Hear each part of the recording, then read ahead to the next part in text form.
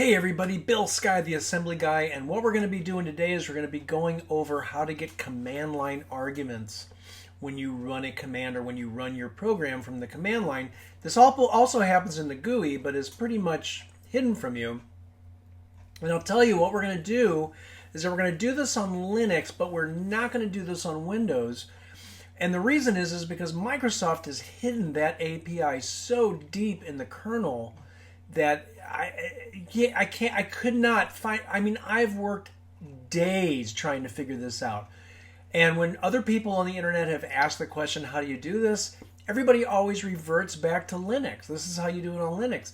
But I have not found a single example on the internet or on any Microsoft websites that shows here's how you would call a Microsoft API call to get the command line arguments for a program written in assembler language. I mean, it works on C and it works on C++.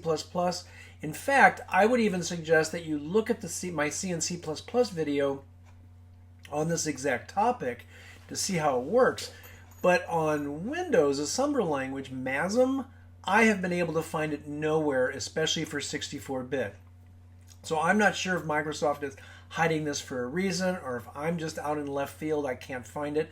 But I've been teaching assembler language since about 1983, and I've never been able to figure out or have anybody intelligently tell me how to figure out how to do it in 64-bit on the current release of Visual Studio. So if anybody out there can figure this out or they have a good information on it, I would love to see it. I'll do another video on how to do it once I find it or once somebody finds it for me.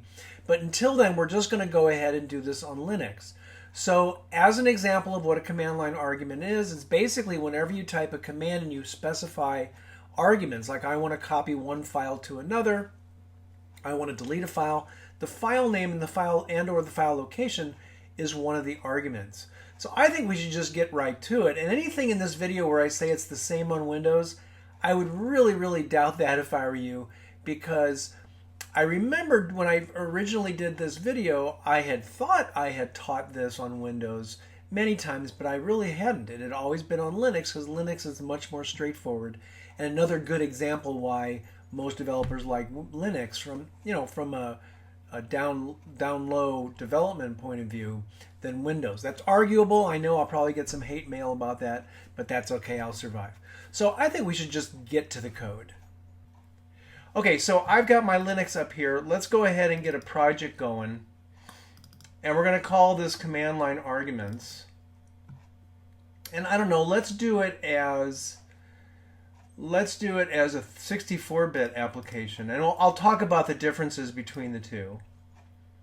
Okay, so let's rename this to ASM Linux 64-bit command line arguments. You can call it whatever you want. Okay, so again, just to kind of give you a quick overview of what a command line argument is, you can see all these files in this window. I'm going to open up a terminal and I'm going to copy my main.asm file. So I'm going to say cp, and let's make this a little bit wider here.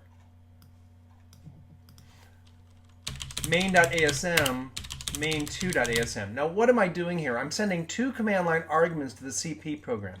In the CP program on Linux, it would be copy on Windows. That is a program written either in C or assembler language. I believe probably C for modern operating systems. Maybe assembler. I've never looked into that.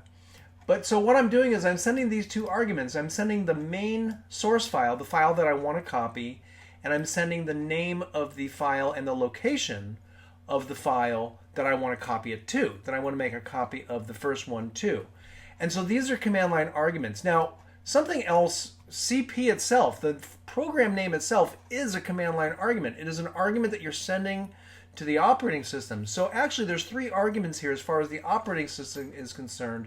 There's the CP command, the actual program name, then the main.asm, which is the source file, and the destination file, main2.asm. And when I press enter, if I don't get an error, that means that that file is there, and you can see my main2.asm. So we told the CP program what to do with that, what the source is and what the destination is. So let me see. Let me get rid of this and let's start looking at the code. Now this is a brand new Linux that I just set up on my VMware. So I'm going to go ahead and set up the open with to always be with Genie, my favorite editor. Okay. Now, we don't have to create a function in our program. We don't have to do anything. We just want to interrogate the command line arguments. So I'm actually not going to put any code in here. I've got my no-op to stop the code. And so I'm just going to go ahead and make this. And then I'm going to debug it. Now, for some reason, my KDBG, the newest one, doesn't open up the source code. So I'm just going to say open source code. And I believe there's probably a command line argument, to do that on KDBG. And let's go ahead and just see if this program runs and if I'm able to debug it okay. Always a problem with a new operating system.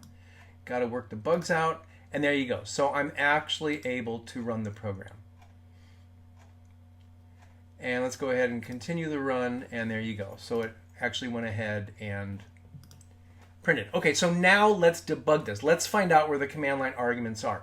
Now in KDBG, actually, if I go ahead and if I close KDBG here and I just type /main123, I mean, nothing happens because the program just prints welcome to my program and program ending, have a nice day. It doesn't do anything with 1, 2, or 3.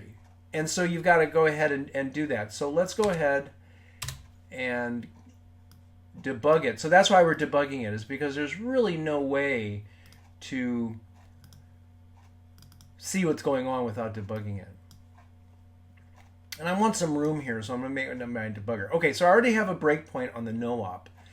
And now KDBG does have the ability to send command line arguments to the program when it runs. If you go up here to execution arguments, and I'm going to put in some arguments, 1, 2, 3, and I'm going to say okay. Now when I actually click the run, those 3 arguments, 1, 2, and 3, are going to be sent to the program. Now I haven't done this for a while, so we're going to kind of do this together here. And it's very important to put a breakpoint on your first no-op, and I'm going to click run. Now from there, I actually want to do some things. I'm going to take a look at register, and I want to look at the RBP register. And the RBP register is right now set at 0x. 0x is the address of our base pointer. RSP is the address of our stack pointer, and that's what we're going to look at. So, boy, that's a lot there. I wish I could copy this. So it's 1, 2, 3, 4, 5, 6, 7. So 7, and then 7 Fs, DFE0. So let's go to memory. 7, 1, 2, 3, 4, 5, 6, 7. And I forgot already. DFE0. DFE0. All right, now, what are we looking for here? That's the stack. That's where our stack pointer is. What are we looking for here? Well, we're looking for the number 4. Why are we looking for the number 4? Because in the arguments, I put 3 arguments, but remember what I said earlier in the introduction, the program name itself is an argument, and that would be CP. So we're looking for the number 4, because the very first thing that the operating system sends our program is what are the total number of arguments that have been sent to your program. And lo and behold, right off of the stack, we have the number 4. Now we're looking at double words here, so let's go to quad words. And so we can see our number 4 there. Pretty neat. 4 arguments were sent to my program. Now what I can do in my program, and that's right off of ESP, I believe that would be ESP, yeah, just the ESP, I could put a 4 in there. So what I'm going to do is I'm going to let that continue, and then let's modify our program to do something here. So what I'm going to do is I'm going to move into RAX, dereferenced ESP, the total number of arguments sent to our program. All right, let's build that. Oh, yeah, it shouldn't be ESP, it should be RSP. Got to remember I'm on 64-bit, not 32. Okay, let's go ahead and make that. Let's debug it. Very irritating, and for some reason KDBG isn't showing the source code automatically, but I'll figure out what that is. Okay, so let's go ahead and run it. And we still have our breakpoint on the no-op. And what we're going to do is we're going to look at the registers and we're going to look at RAX, because I'm moving the stack pointer RSP, the dereference stack pointer, into RAX. Let's see if we get the number 4 there. I'm going to put a breakpoint there, click run, and step over, and boom. The number 4 is put into RAX. That is the total number of arguments sent to our program. All right, so now that we know that we've got that working, let's do something with it. I'm going to say push RAX, and I'm going to call print 64 num decimal. And I might like to have a little comment here. Total args prompt defined by total arguments sent to this program is, and we're going to go ahead and push that.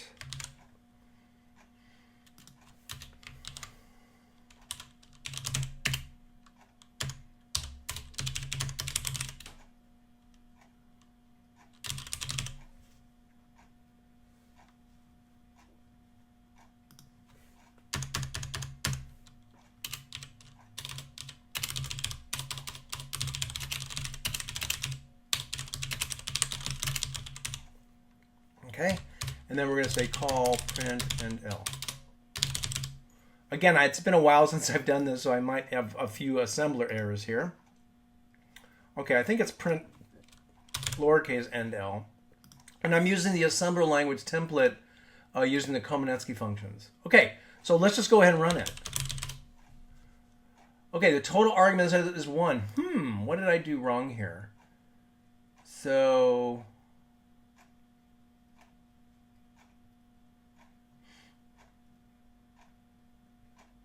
let's debug it. Let's go in there and debug it. Not sure why that happened.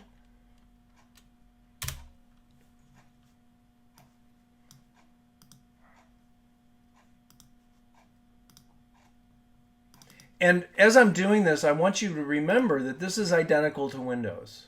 Absolutely identical to Windows.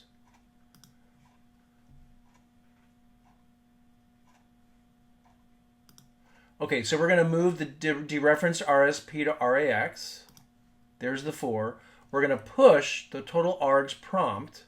Oh, that's the problem. So what I did was I moved the total arguments sent into RAX, and then I'm printing this. So that's overriding the RAX. Okay, so I just put it in the wrong place. I love errors like this. Okay, so let's go ahead and print this before I put it in there. Put a comment here.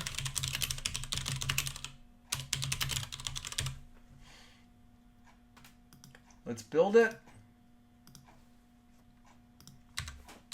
Just going to run it, and it's still 1. That's really weird. So let's see. So push total args, call print string. Now print string should have freed that up, and move RSP into RAX. All right, let's debug it again.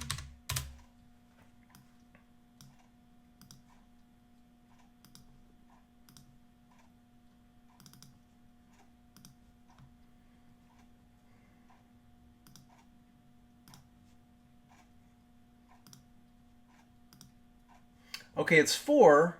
That's interesting. I'm not really sure why. So step over. Oh, it printed 4. Maybe I didn't build it? It looks like it looks right.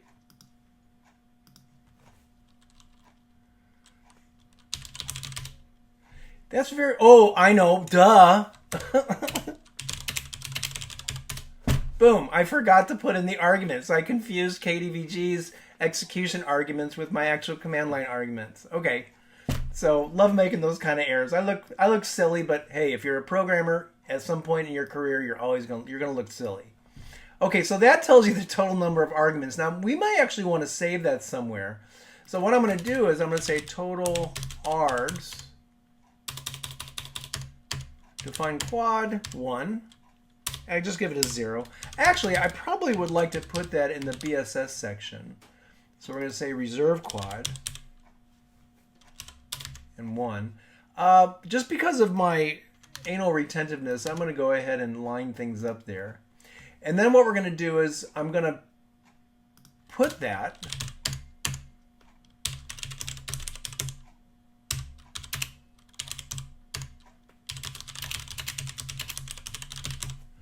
into an argument, into a variable. All right, so let's make it.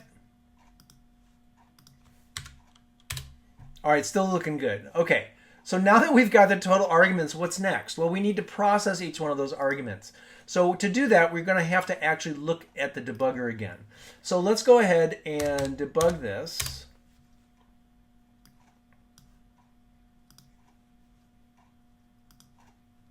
I got to figure out why that's not opening up the source code. Okay. So let's go ahead and run it. Now we already know that 3 arguments were sent to it, and I seem to, here's our RSP. Let's hope we can remember that. I'm gonna bring up my editor. I'm gonna create a little, and I'm gonna say 0x7, 1, 2, 3, 4, 5, 6, 7, and what was the address? DFE0. So I'm going to say DFE0.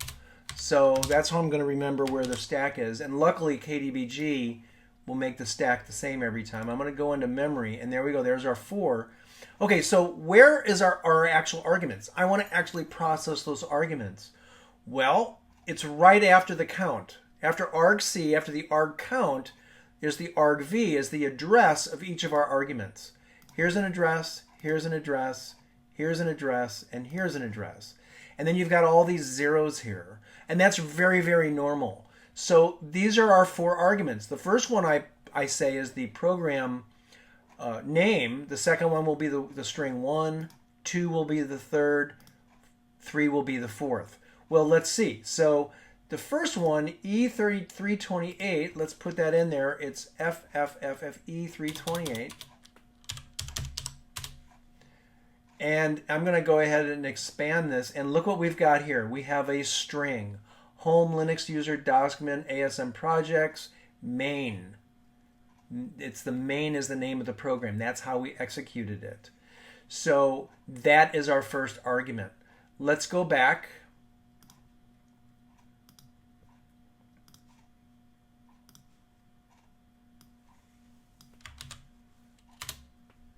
And now here's our second argument, E365. So let's take a look at E365.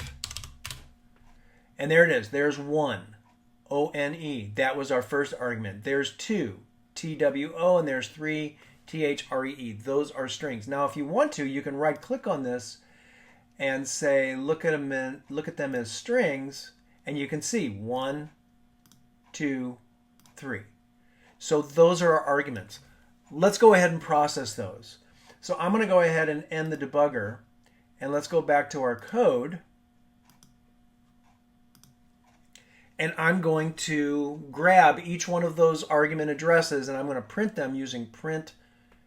Is it print string? Yes, print string, because print string goes to the 0 or the null termination. Now, I don't know if you noticed, but when we looked at 1, 2, and 3, there was a dot right after 1, a dot right after 2, a dot right after 3. That's the \0. That's the null termination character. So it's going to, that's why it's so important, null termination. So what we're going to do is we're just going to say push RSP plus 8, call print string, call print ML. So let's see if that works. Oh, I have to specify, so I'm going to say keyword. Alrighty, and now let's go ahead and run the program. Alright, there we go. So the total argument sent to the program is 4. The first argument is /main. That is so cool, right? Now we have access to the name of the program. Now, big whoop, right? I know what the name of the program is. Okay, point taken. Let's go ahead and copy this. 3 more times. 1, 2, 3. And we'll increment this by 8 each time. So that's going to be 16, 24,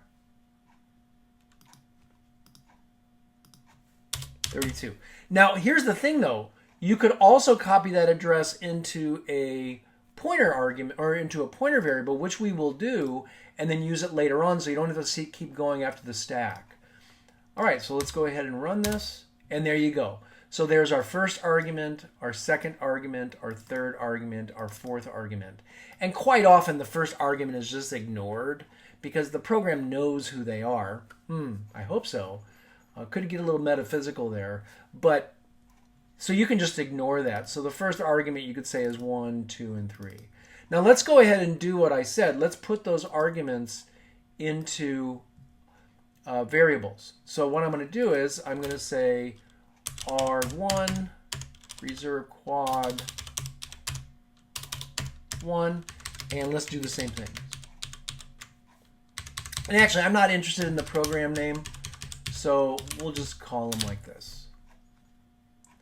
Okay, so that's our first one. Now, you don't have to grab the first one if you don't want to. In fact, let's go ahead and comment that out just so you don't have to access it. It's just stack is just memory, right? So we're going to say move into arg1 RSP plus 16.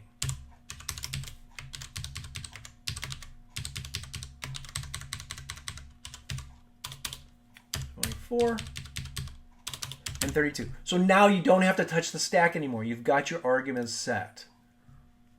And let's build it. Oh, so what did I do wrong here? Oh, I have to dereference my variables. Love making those mistakes. You know, there was a teacher who just left the college where I retired from, who didn't like working there any longer because people were telling him that he was making mistakes. I think it's great to make mistakes. You learn from them. In fact, I even don't think this is right. Yeah. So what we have to do is we have to move. I'm going to put it into RSP. So we have to move the address into RSP, and then we'll move into arg1 RSP. So that's really what we have to do here. Like I said, it's been a little while. I've been messing around with Rust and stuff like that. So you can lose your skills quite quickly. All right, let's see if that'll build. I believe that'll build. Whoops. Press the wrong button. And that built just fine. So the program's going to run the same. It's not going to... Oh! Segmentation fault, core dump. What did we do wrong? So we move into RSP plus 16. We move into arg1 RSP. We push a quad word. Well, let's not push the quad word anymore because... oh, I think this is the wrong... Yep, I put him in the stack pointer. What am I doing? So we actually want to put him in RSI, I believe. Bad idea. I just completely ruined my program. I hope it's RSI.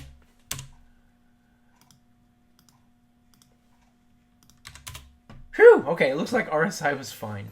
All right, so notice the program name is no longer there because we just ignored that. We're just going to go ahead and ignore that. Now, the other thing that you want to do with a program is let's do that copy again. Let's say you put too many arguments in there. It doesn't know what you're talking about.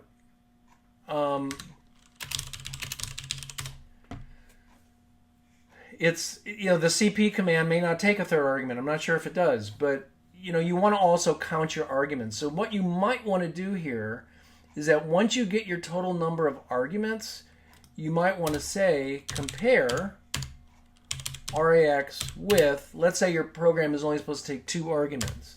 2, jump not equal, error text. So then you could print an error. Let's go ahead and do that. Let's say error args.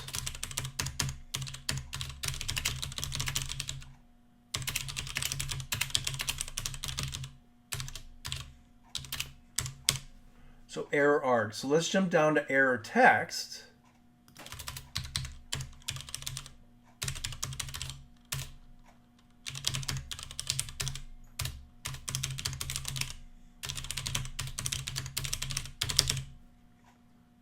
And right before that, let's jump end it all, and let's put end it all right there. All right, let's see if that works.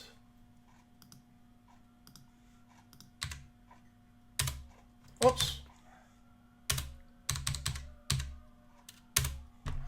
The total arguments into this program is, and the command should only take 2 arguments. That doesn't look very good there.